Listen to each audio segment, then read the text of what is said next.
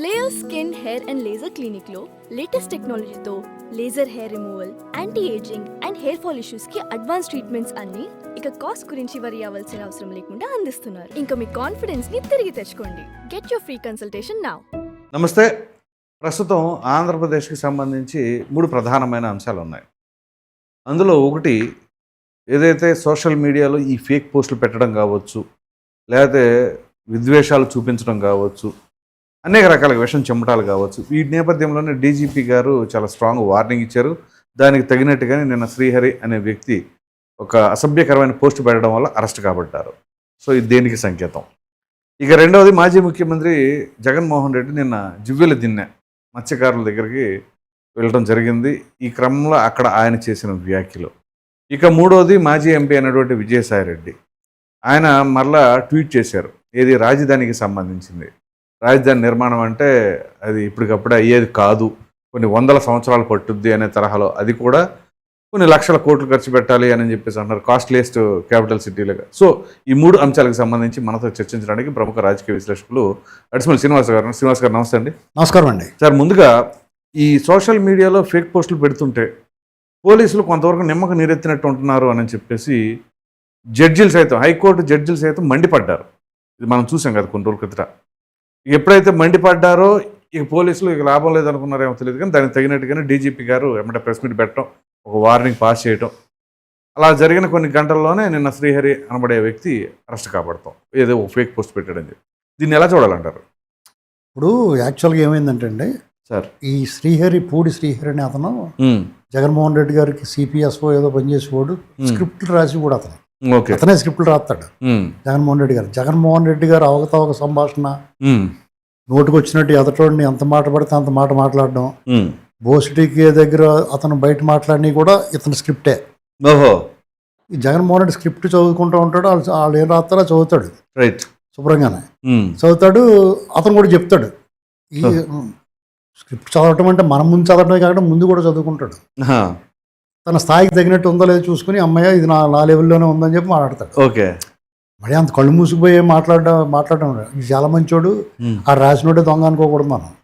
అతను రాసి ఇచ్చింది ముందోసారి చూసుకుని, ఎందుకంటే చదవటం రాదు కదా సరిగ్గా, తెలుగు కనగనమంటాను. అతను ఏం చేస్తాడంటే దాన్ని ఒకసారి ప్రాక్టీస్ చేసుకున్నప్పుడు తెలుస్తుంది అతనికి, భలే రాసేవారు బాబు మెచ్చుకుంటాడు కూడా. వాళ్ళ సన్నిహితంగా ఉన్నవాళ్ళు కొంతమంది చెప్పిన మాటలు.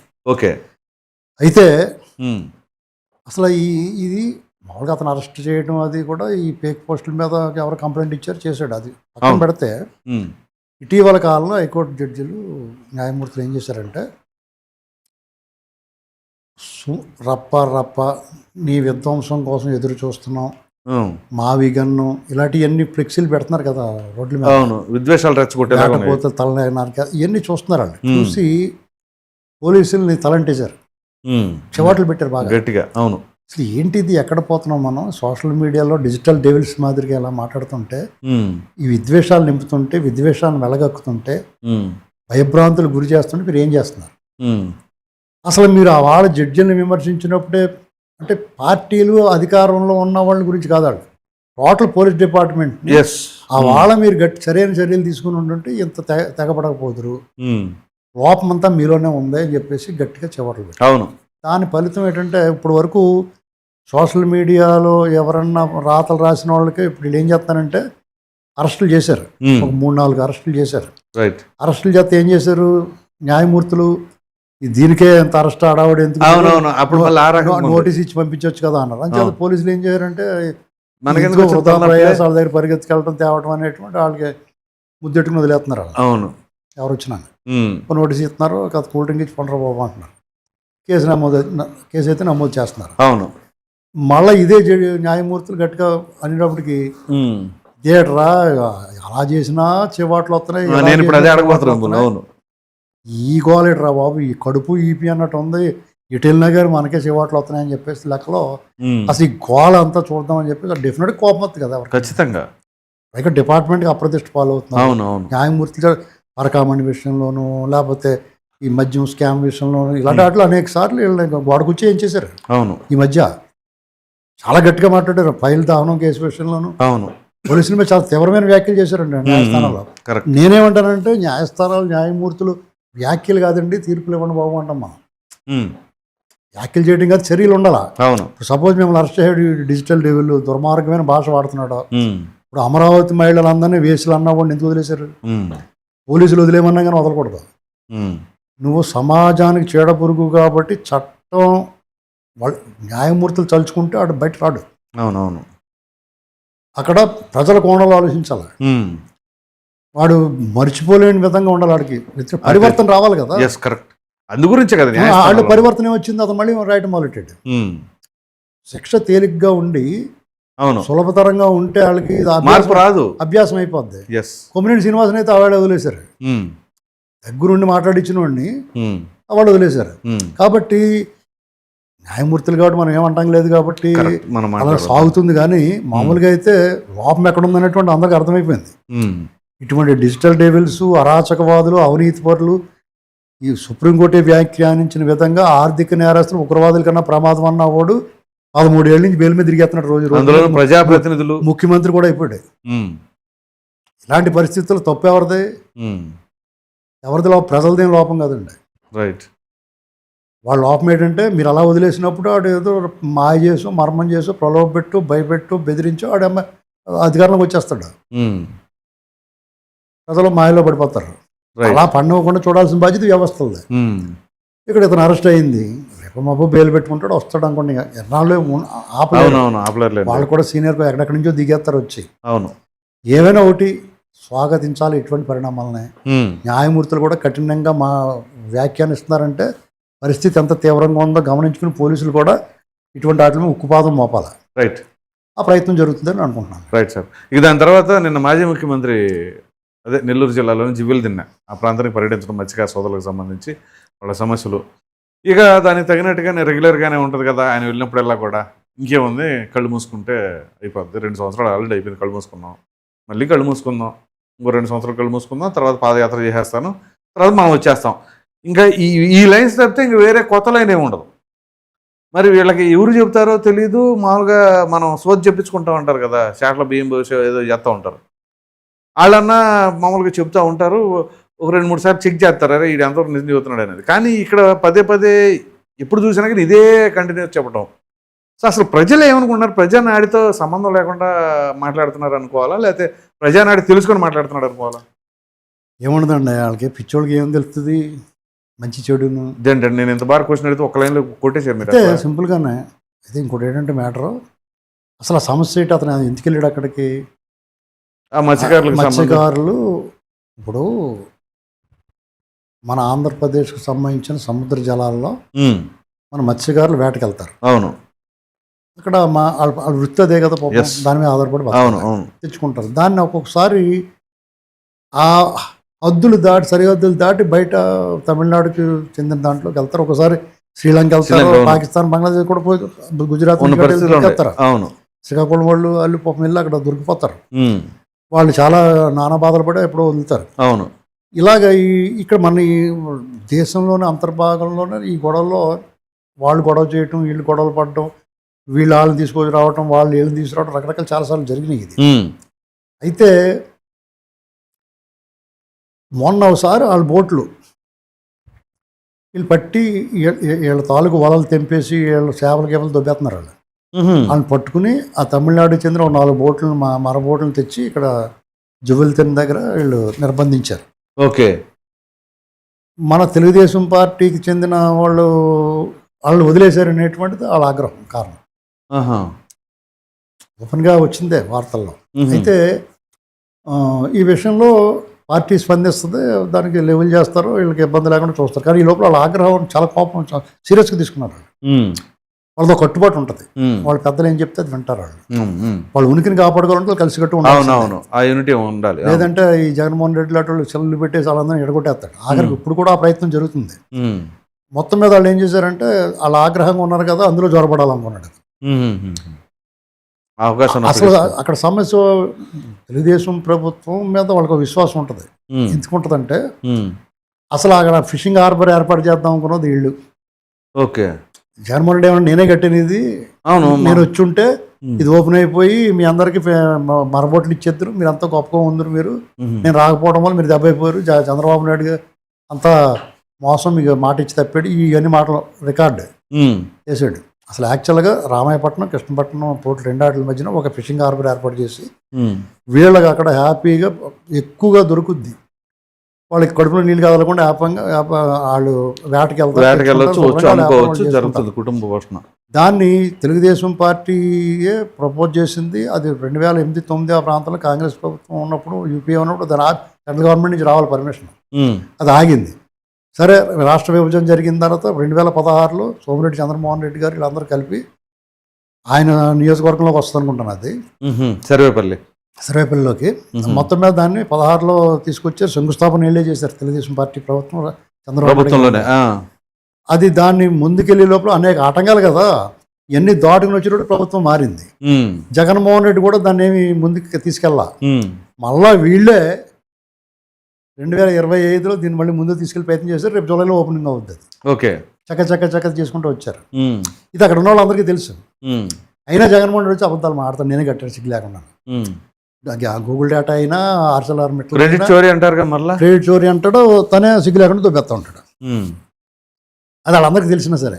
ఓకే, వాళ్ళు ఏం చేయారంటే మత్స్యకారులు అందరూ కూడా మీకు అటు భేద సోదరులతోటి మాట్లాడినా ₹1,00,000 ఫైన్ వేస్తా ఉన్నారు. ఇది ఏదో బాగుందని అతను వస్తున్నాడు కదా, ఇతని మీటింగ్కి వెళ్ళినా ₹1,00,000 ఫైన్ వేస్తా ఉన్నారు. అవునవును, అర్థమైంది మీకు? అవునవును. కాబట్టి జగన్మోహన్ రెడ్డి మీటింగ్ అట్ట ఫ్లాప్ అయింది అక్కడ. ఎందుకంటే వాళ్ళు ఎవరు మీటింగ్ రాలా. ఇతనికి ఒక ఆస్థాన ఒక ట్రూప్ ఉంటుంది. పూర్వం మాకు రాయమండ్రిలో చింత సుబ్బారావు గారు నుండి కూడా ఒక డ్రామా ట్రూప్, అలాగే వేల్పూర్లో ట్రూప్ ఉండేది, వెస్ట్ గోదావరి, అలాగే చాలా ట్రూపులు ఉండేవి. అలాగే సురభి కంపెనీని వీళ్ళతో పోల్చి అవమానించలేను, కానీ వాళ్ళు కూడా ఎక్కడికి వెళ్తే అక్కడ మొత్తం సరంజామా అంతా తీసుకుని వెళ్తారు. ఓకే, ఎక్కడ ప్రదర్శన చేసినా. అలాగే ఇతను ఎక్కడికి వెళ్ళినా అదే జనం. తెనాలి రౌడీ షీట్లను పరామర్శకెళ్ళినా, జైల్లో పరామర్శకెళ్ళినా, ఏదైనా పెళ్లికి వెళ్ళినా, పేరంటంకి వెళ్ళినా, ఎక్కడికి వెళ్ళినా, చావుకి వెళ్ళినా, బతుకెళ్ళినా, ఎక్కడికి వెళ్ళినా జనాలు వేసుకొస్తాడు. సీఎం అని అరుస్తారు. అవును, లేత జాన తోటలో పడిన కోతిల్లాగా ధ్వంసం చేసి వచ్చేస్తారు. కార్లు ఎక్కించేసి చంపేసి వచ్చేస్తూ ఉంటారు. ఇదే జరుగుతుంది. ఇక్కడ కూడా అలాగే వెళ్ళారు. వాళ్ళు తప్ప కొత్త మొక్కలు ఎవడో లేడు. అట్టర్ ఫ్లాప్ అయింది అతనికి. అయినా సరే అతను సిగ్గురాదు. ఇది పరిస్థితి. కాబట్టి ఈ సమస్యని చంద్రబాబు నాయుడు గారు వాళ్ళు దీన్ని హ్యాండిల్ చేస్తారు, సాల్వ్ చేస్తారు. ఆ కోపాన్ని ఎలా తగ్గిస్తారో తగ్గిస్తారు. వాళ్ళకి కోపం ఉంది ఎవరి మీద, అక్కడ ఉన్న ఒక మాజీ రాజ్యసభ సభ్యుల మీద, వాళ్ళ మీద కొంచెం కోపం ఉంది వాళ్ళకి. డెఫినెట్గా అది తగ్గిస్తారు. వాళ్ళు కూడా పని చేసి ఉండాల్సింది కాదు. ఎందుకంటే అది ఏం జరిగింది అనేటువంటిది ఇంకా వాస్తవం బయట రూమర్లే, కానీ బయటకు ఏం రాలేదు. ఇంకా బయటకు వచ్చినట్టు ఆ పేర్లు చెప్పొచ్చు మనం. బయట రాకుండా మన పేర్లు చెప్పకూడదు. అంటే ఇప్పుడు పదే ఆయన ఈ వ్యాఖ్యలు చేస్తున్నారు చూసారా, ఏదైతే కళ్ళు మూసుకుంటే 2 సంవత్సరాలు గడిచిపోయింది, ఇంకో సంవత్సరం 2 సంవత్సరాలు కళ్ళు మూసుకుని ఆ తర్వాత నేను చేస్తానంటున్నారు. కళ్ళు మూసుకుంటే 3 సంవత్సరాలు ఇప్పుడు 2 సంవత్సరాలు అయిపోతుంది, 2 నెలలు తక్కువ. అంటే నువ్వు ఇంత భారంగా లాక్కొస్తేనే 2 సంవత్సరాలు పూర్తవలేదు ఇంకా. కళ్ళు మూసుకుంటే 3 ఏళ్ళు ఎక్కడైపోద్ది. సరే, నువ్వు అనుకున్నట్టు 3 ఏళ్ళు. ఒకటి సార్, ప్రతిపక్ష నాయకుడిగా ఉన్నప్పుడు కళ్ళు మూసుకుంటారని దాని ఉద్దేశం. నువ్వు కళ్ళు మూసుకుంటే 3 ఏళ్ళు ఇట్టే తిరిగిపోతాయి అన్నావు. ఖచ్చితంగా ఇట్టే తిరిగిపోతాయి, కానీ మీకు ఆ 11 ఊడిపోతాయి. మళ్ళీ సారి మీకు అసెంబ్లీకి ఇప్పుడు 11 మంది ఉన్నారు, 2 ఏళ్ళు అయింది. అసెంబ్లీలో అధ్యక్ష అనే అవకాశం ఇవ్వలేదు నువ్వు. ఈ 3 ఏళ్ళు కూడా అలనిచ్చిలో లేవు. అంటే కళ్ళు మూసి తెరిచే లోపల వాళ్ళు గెలిచారు, వచ్చారు, అంతేగాని వాళ్ళకి అసెంబ్లీలో ప్రాతినిధ్యం ఉన్నా అక్కడ కూర్చొని ఆ సమస్యల గురించి మాట్లాడడం, కానీ వాళ్ళ కోరిక నువ్వు తీర్చలేకపోయావు. అసెంబ్లీలో కూర్చోవాలి ఉంటుంది కదా ఎవరికైనా. ప్రజాప్రతినిధిగా వచ్చాడంటే ఇప్పుడు ఒకవేళ జగన్మోహన్ రెడ్డి డబ్బులు ఇచ్చి గెలిపించినా, నీ ముఖం చూసి వాళ్ళు ఓటేసినా, వాళ్ళు కూడా ప్రజాప్రతినిధులు కదా, రాజకీయంగా వాళ్ళు కూడా ఒక స్థాయి ఉన్న వాళ్ళు అయ్యారు కదా. వాళ్ళకి నువ్వు వాళ్ళ హక్కుల్ని కాలరాయటం, వాళ్ళని ఎలా పాడు చేయడం తప్పు కదా. ఖచ్చితంగా కళ్ళు మూసి తెరిచేటప్పుడు నీతో సహా 10 మందికి కూడా వాళ్ళ పీరియడ్ అయిపోద్ది. మళ్ళీ ఈసారి మళ్ళీ దైవాధీనం అది. నువ్వే గెలవు, ఇంకా వాళ్ళు ఏం గెలుతారో తెలియదు. నువ్వు వాళ్ళకి చాలా ద్రోహం చేస్తున్నావు. ఇంకోటి ఏంటంటే, ఇప్పుడు హైదరాబాద్ మకం పెడతాం అనుకుంటున్నారు. ఇప్పుడు బెంగళూరు, తాడేపల్లి, యలహంక, ఇప్పుడు హైదరాబాద్ కూడా లోటస్ పాండ్కి లోటస్ పాండ్లో పెట్టి మకం పెట్టి ఇప్పుడు 3 ఇతను బతుక 3 చోట్ల 3 అనేటువంటి సెంటిమెంట్గా మరి 3 ముక్కలైపోయినా, మీరు ఎలా కూడా 3 ముదనష్టం అయిపోయినా సరే అతను 3 రాజధానులు అన్నాడు, ఇప్పుడు 3 మకాములు పెడుతున్నాడు. నువ్వు 30 మకాములు పెట్టినా ఏం చేసినా నీ రాత మారదు. ఎందుకంటే నువ్వు చేసిన దుర్మార్గానికి భగవంతుడు, ప్రకృతి, ప్రజలు అందరూ కలిపి నీకు శిక్ష చేశారు. నీకు అడ్రస్ లేకుండా చేశారు, ఆచూకీ లేకుండా చేశారు నిన్ను. నెక్స్ట్ టైం ఆనవాళ్ళు కూడా లేకుండా చేస్తారు. మీరు ఎంత కాన్ఫిడెంట్గా చెప్తున్నారు, ఆయన కూడా అదే కాన్ఫిడెన్స్తో ఏం చెప్తున్నారు. నేను మీరు ఎవరు నమ్మాలనుకుంటే నమ్మండి. ప్రజలు నేను ప్రజల కోణంలో చూస్తాను, ప్రజల వైపు నుంచి ఆలోచిస్తాను. నేను అతను పై నుంచి ఆలోచిస్తాడు, నేను కింద నుంచి ఆలోచిస్తాను, గ్రౌండ్ నుంచి. ఆ గ్రౌండ్ నుంచి ఆలోచించే ఇది సింగిల్ డిజిట్ హైయెస్ట్ నెంబర్ 9 దాటడని చెప్పాను. అవును చెప్పారు. 2 దాటాడు, జస్ట్ మిస్. ఆ 2 దాటడానికి కారణం ఈ కూటమిలో ఉన్న నాయకులు, ఆ క్యాండిడేట్ల ఎంపికలో లోపం వల్ల. ఖచ్చితంగా అరకు, పాడేరు, ఇలా ఇంకో 2-3 సీట్లు వీళ్ళ లోపం వల్ల. ఇక్కడ తంబళపల్లి వీళ్ళ లోపం వల్ల ఆ 2 సీట్లను వచ్చినాయి. లేకపోతే ఖచ్చితంగా 9 అనేటువంటి దాటకపోయిన. అయినా సరే నేను ఏం చెప్పాను, కొట్లు లాగేసుకోమని చెప్పాను. ఎందుకంటే నా మాట నెగ్గాలండి. మీ మాట కోసం ఇక అంటే అదేలేండి, ఆ ఉత్సాహంలో చెప్తాం అనుకోండి, తప్పైనా సరే. కానీ ఈ ప్రభుత్వం, ఈ నాయకులు, చంద్రబాబు నాయుడు గారు అటువంటి వాళ్ళు కాదు. ఎందుకంటే వాళ్ళ విధానం వేరు. అందుకునే 4 సార్లు ముఖ్యమంత్రి అయ్యాడు. అవునవును. మనం చెప్పినట్టు మనకు చేయగలిగితే వాళ్ళు చేశారు. అప్పుడు వాళ్ళు చేశారు. విజయవాడ సెంట్రల్ లో, తిరుపతి, ఇంకా అనేక చేశారు. అవును. గుంటూరు పార్లమెంట్ కూడా చేద్దామని చూశారు. ఆయన జయదేవ్ గారు తప్పమని చెప్పాడు. ఇప్పుడు చేయగలిగితే కొండ వదిలేసి ఆవేశాలతో పోయి అప్పుడు కోపం వచ్చినట్టు మాట్లాడితే చంద్రబాబు నాయుడు గారు ఈ రాజకీయాల్లో ఉండేవాడు కాదు. కరెక్ట్, అది అర్థమైందా?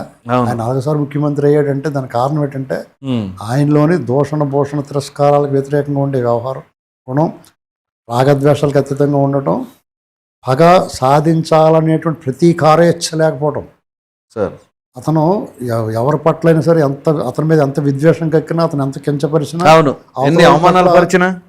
అవమానం చేసినా సరే ఆయన అలాగే జాలిగా చూస్తాడు తప్ప ఆయన బరస్ట్ అవడా జాలిగా చూస్తాడు. అయ్యో ఇలా భ్రష్టు పట్టిపోయారు నువ్వు అంటే చూడండి, పెద్దోళ్ళు చూడండి భ్రష్టు పట్టిపోతున్నారు, జాగ్రత్తగా ఉంటారు బాగుంటారు కదా, అలా చూస్తారు. వాళ్ళ మీద అక్కసు ఉండదు ఆయన. కాబట్టి దానివల్ల ఏమవుతుంది తెలుసా అండి, మానసిక ప్రశాంతత ఉంటుంది. మానసిక ప్రశాంతత ఉన్నప్పుడు శారీరక దారిద్ర్యం పెరుగుద్ది. శారీరక దారిద్ర్యం పెరిగితే నువ్వు ఎక్కువ పని చేయగలుగుతావు. ఎక్కువ పని చేయగలిగితే ఎక్కువ ప్రతిఫలం వస్తుంది. అది డెఫినెట్గా అది ఆయన వర్కౌట్ అయింది ఆయనకి. రైట్. ఇక దాని తర్వాత వైసీపీ మాజీ ఎంపీ అయినటువంటి విజయసాయి రెడ్డి, నేను రాజకీయాలకు దూరం, వ్యవసాయం చేసుకుంటున్నారు, వ్యవసాయం కూడా అయిపోయింది, ఇప్పుడు మరలా వచ్చేసి కొత్తగా ఏదో ఛానల్ కూడా స్టార్ట్ చేస్తారంటున్నారు. Okay, no problem. కానీ తాజాగా ఆయన చేసిన ట్వీట్, అమరావతి రాజధానికి సంబంధించిన ఎపిసోడ్ బెంగళూరు ఎప్పుడో 1500లోను, చెన్నై ఎప్పుడో 1600లోను, అలాగే హైదరాబాద్ కూడా 1500 ఇట్లా ఒక ట్వీట్ చేశారు. ఏంటి దాని యొక్క ఉద్దేశం? ఇన్ని 100 సంవత్సరాలు కష్టపడితే కానీ రాజధాని కాలేదు అంటే ఇప్పుడు అమరావతి ఇప్పుడు ఎలా కాదు, ఇది కూడా ఇంకొక 500 సంవత్సరాలు పట్టిద్దని దాని ఉద్దేశం ఆయన చెప్పడం. అతని కవి హృదయం ఏంటంటే బెంగళూరు 400 ఏళ్ళు, హైదరాబాద్ 400 ఏళ్ళు, మద్రాసు అది ఇలాగే చెప్పుకుంటూ వచ్చాడు, మహారాష్ట్ర అన్నీ, బాంబే అన్నీ. దీనికి అన్నాళ్ళు పడుతుంది కదా, ఇప్పటికిప్పుడు ఆ నగరాలతో పోటీ పడుతున్నారు మీరు. ఆ నగరాలు ఇన్నాళ్ళు పట్టింది ఈ స్థాయికి రావడానికి, మీరు దీనికి అంత జనాల్ని అంత చెప్పకండి, మీరు అనవసరంగా అప్పులు చేసి కట్టకండి, దాని అంతా అదే పెరుగుతా ఆ బిల్డింగ్ లాగా కట్టేసి ముట్టోళ్ళలో కూర్చోండి అని చెప్తున్నాడు అతను. ఓకే, అర్థమైందండి? మీరు అప్పులు చేయకండి, అప్పులు ఎవరు తీరుస్తారు, వీళ్ళు బాబు తీర్చినట్టు.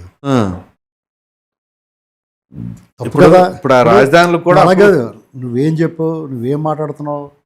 నేను అతన్నే అమరావతి ఎలాగా డెవలప్ అవుద్ది, ఎన్నాళ్లలో డెవలప్ అవుద్ది, అప్పు చేయొచ్చా చేయకూడదు అని పక్కన పెట్టండి. చంద్రబాబు నాయుడు గారు పదే దానికి సెల్ఫ్ సస్టైన్ ప్రాజెక్ట్ అని చెప్తున్నాడు. అవును. ఇక 100 సార్లు దాని గురించి వివరణ ఇవ్వాల్సిన అవసరం లేదు. ఇవ్వం. ఓకే, అర్థమైందండి? ప్రజలకు క్లారిటీ ఉంది. రైట్.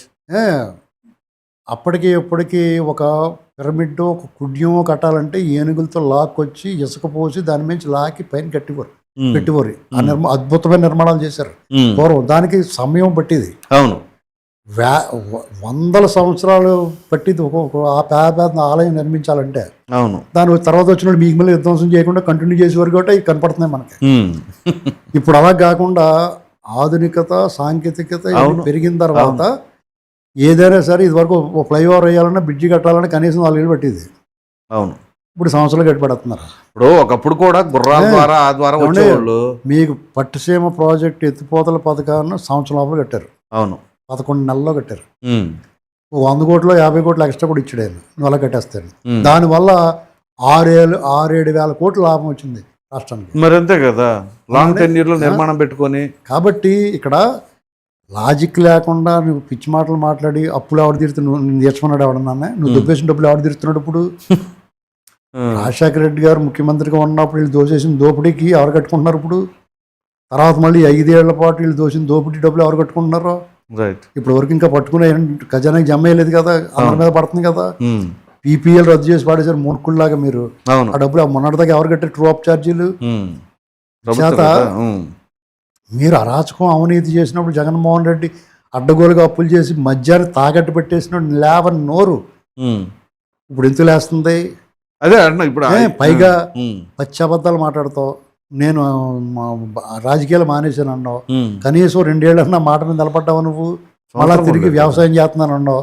శుభ్రంగా అక్కడ పంప్ హౌస్ కట్టించుకుని నీకు కావాల్సిన పెట్టుకుని అక్కడ ఎంజాయ్ చేయొచ్చు కదా, అవునా కదా? ఇవన్నీ మానేసి మళ్ళీ నువ్వు బయటకు వచ్చి పోతా ఏం చెప్పు, జగన్ విరహం వియోగం తట్టుకోలేకపోతుందని చెప్పు. అప్పుడే చెప్పాను నేను, ఇదంతా మోసం అండి, నక్కిడు గుంట నక్క, ఊరికే ఇదంతా డ్రామా. తన మీద కేసులు, తన కూతురు మీద అల్లుడి మీద కేసులు అయిపోవటానికి వీళ్ళ దగ్గర నటిస్తున్నాడు. లెక్కర విషయంలో కూడా స్కామ్ లో కూడా రాజకేశ్ రెడ్డి అంత అంటాడు కానీ జగన్ పేరు ఎత్తట్లేదు. రాజకేశ్ రెడ్డి ఒకడే వీరుడా, ఆడే పెద్ద దొంగ, ఆడు ముఠా సభ్యుడు అంతే. ముఠా నాయకుడు వేరే ఉంటాడు. ఆ మాట చెప్పాలా? ఆ మాట చెప్పకుండా రాజకేశ్ రెడ్డి చెప్తేనే చేస్తారు అందరూ, జగన్ సంబంధం లేకుండా. ఇలాంటి ఎదవ డ్రామాలన్నీ ఆడితే నమ్మటానికి ఎవరు లేరు. ట్వీట్లు అయితే ముఖం పగులుద్దని చెప్పాలి ఎవడొకడు. ఆ చెప్పి రోజు వచ్చింది. ఇంకా అసలు నువ్వు ఎవడో దుబాయ్ అంటాను నేను, నువ్వెవడో దుబాయ్ ఏం అక్కలేదు. నువ్వు వద్దని పోయినోడు మాట్లాడడం, ఎవడైనా మాట్లాడచ్చు ఈ రాష్ట్రం గురించి. వైసీపీ వాళ్ళు జగన్కి విజయసాయి రెడ్డి గ్యాంగ్ అసలు మాట్లాడే హక్కు లేదు. వీళ్ళ వాక్ స్వాతంత్రం అనే ప్రాథమిక హక్కు రద్దు చేయబడింది ప్రజల్లో. ఎందుకంటే వాళ్ళు ఇంత అరాచకం చేసి అన్యాయం చేసి రాష్ట్రాన్ని 20 ఏళ్ళు అంక తీసిపోయి దీని గురించి నీతులు చెప్పడానికి శుద్ధులు చెప్పడానికి వస్తే ఊరుకుంటారా? అసలు మీరెవర్రా ఇంత అన్యాయం చేసిన తర్వాత మాట్లాడడానికి? మీ హక్కులు లేవు. ఎవరికన్నా ఉంటుంది మాట్లాడడానికి, మీకు లేదు. అంటే ఇప్పుడు మరలా ఈ టైప్ ఆఫ్ ట్వీట్ చేయడాన్ని ఎలా చూడాలంటారు? ఎలా చూడటం? అలవాటే గుంటనక్క, అలవాటైన బుద్ధి, అది వేటాడదు. ఎవడన్నా వేటాడితే ఆ పచ్చి మాంసం కుళ్ళిపోయిన మాంసం తినడానికి అలవాటు పడుతుంది నక్క. అదే బతుకు. జగన్మోహన్ రెడ్డితో పాటు 16 నెలలు జైలు చేశాడు, అతనితో పాటు సహనిందితుడు. అతను విడిపోయి బయటకు పోతాడు. ఎలాగ నమ్మారు ఎవడన్నా అమాయకులు? కాకపోతే నేను అప్పుడే చెప్పాను, ఇది గుంటనక్కండి నమ్మొద్దని చెప్పాను. ఇప్పుడు మీడియా పెడతాంట, పెట్టు, ఏమవుద్ది? వచ్చుగానే పెరగాల. సాక్షి పెట్టాడు, ఏం పెరిగాడు? ఏమైందండి? అదేలే, నారాసుర రక్త చరిత్ర వేసాడు, ఇప్పుడు బొక్కలో పోతున్నాడు. తీసుకుంటారా?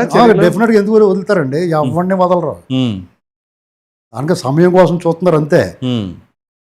ఇప్పుడు వీళ్ళు వాళ్ళకి అడ్డగోలుగా తెల్లారినోడికి ఎత్తుకెళ్ళిపోయి మళ్ళీ పోలీసులు కోర్టులు చివాట్లు పెడితే పంపించేసేలా ఉండదు. ఇది ఎవిడెన్స్లు ఉన్నాయి కదా. అదేనండి, ఎట్టి పరిస్థితుల్లోనూ పగడ్బందీగా అన్ని రకాలుగా చూసి 1 by 1 చేసుకోతారు.